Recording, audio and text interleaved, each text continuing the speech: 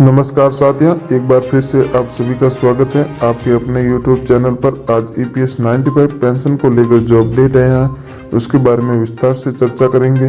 लेकिन उससे पहले आपसे छोटा सा निवेदन है, आपने हमारे चैनल को सब्सक्राइब नहीं किया तो अभी जाकर सब्सक्राइब करें तथा पास ही बेल आइकन को जरूर दबाएं ताकि पेंशन से जुड़ी हर अपडेट आपको मिल सके।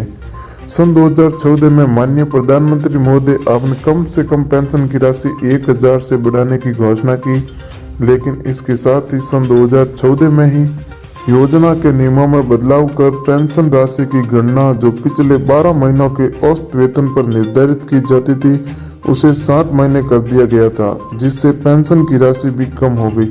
हमारे संगठन NSE ने पीड़ित EPS 95 पेंशनर्स की आवाज को सरकार तक पहुंचाकर हम पेंशनर्स को उचित मांगे को मंजूर करवाने हेतु देश भर में पिछले 5 वर्षों से तहसील स्तर से लेकर राष्ट्रीय स्तर दिल्ली तक विविध प्रकार के आंदोलन किए गए।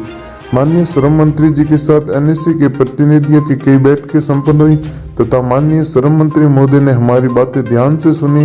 अधीनस्थ अधिकारियों के साथ भी कई बैठकें करवाई गई और आश्वासन भी दिए गए, लेकिन मुख्य मांगों के संदर्भ में निर्णय अभी तक नहीं लिए गए हैं। माननीय श्रम मंत्री जी की सलाह पर सभ्यता पर विश्वास रखकर देश के सभी आंदोलन वापस ले लिए गए थे, लेकिन सिर्फ NSE के मुख्यालय बुल्डाना महाराष्ट्र में दिनांक 24/12/2018 से कार्मिक अनशन अखंडित रूप से जारी है और 27/12/2021 को अनशन के 1100 दिन पूरे हो जाएंगे। सौभाग्य से दिनांक 4/3/2020 को व दिनांक 5/8/2021 को माननीय श्रीमती हेमा मालिनी जी की अगुवाई में माननीय प्रधानमंत्री जी महोदय के साथ NSE के राष्ट्रीय अध्यक्ष कमांडर अशोक राउत व NSE प्रतिनिधि मंडल की भी बैठकें संपन्न हुई थी। माननीय प्रधानमंत्री जी ने अपने स्वयं हमारे संगठन के प्रतिनिधियों की समस्याओं को बड़े ध्यान से सुनने के बाद संबंधित मंत्री महोदय को आदेश भी दिए गए, लेकिन अभी तक न्याय नहीं मिला है।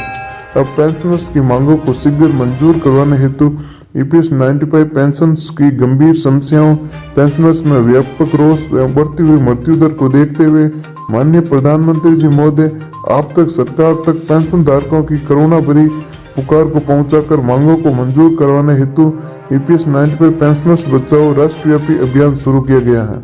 माननीय महोदय समान पूर्व पेंशन वृद्धि हेतु सन 2008-9 में एक्सपर्ट कमेटी, 2013 में माननीय भगत सिंह कोश्यारी की अध्यक्षता में कोश्यारी कमेटी, फिर 2018 में हाई एम्प्लॉयमेंट मॉनिटरिंग कमेटी और फिर लेबर पर संशय समिति आदि की समितियां भी बैठाई गई।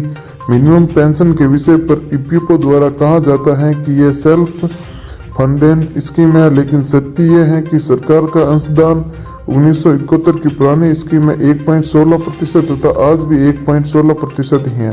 कोश्यारी समिति ने इसे बढ़ाकर 8.33% की सिफारिश की थी। EPFO की ओर से यह भी कहा गया है कि पेंशन वृद्धि बजटरी सपोर्ट के बिना संभव नहीं है, लेकिन वास्तविकता यह है कि EPFO के पेंशन फंड से ही रुपये 7500 प्लस दिए मासिक पेंशन संभव है। अन्य मुद्दे द्वारा आश्वासन के बाद अब पेंशनर्स कहाँ जाए? कृपया इनके साथ न्याय कर इन्हें सम्मान पूर्वक जिंदगी जीवन का अवसर प्रदान किया जाए। पिछले वर्षों में देश में प्रतिमाह लगभग 5000 से भी ज्यादा पेंशनर्स संसार से विदा हो रहे हैं। अब ये दर और भी बढ़ गए हैं। कृपया अब संज्ञान लेवे और प्रतीक्षा न करवाए, क्योंकि सभी पेंशनर्स हमारे संगठन NSE के माध्यम से पिछले 5 वर्षों से तो संघर्ष कर ही रहा है।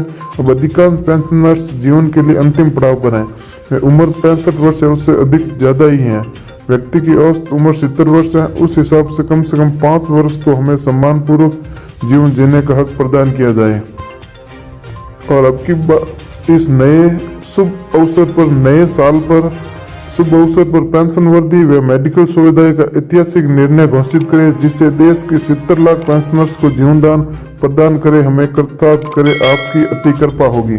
पत्र कमांडर अशोक राउत, राष्ट्रीय अध्यक्ष NSE ने लिखा है इस सरकार को।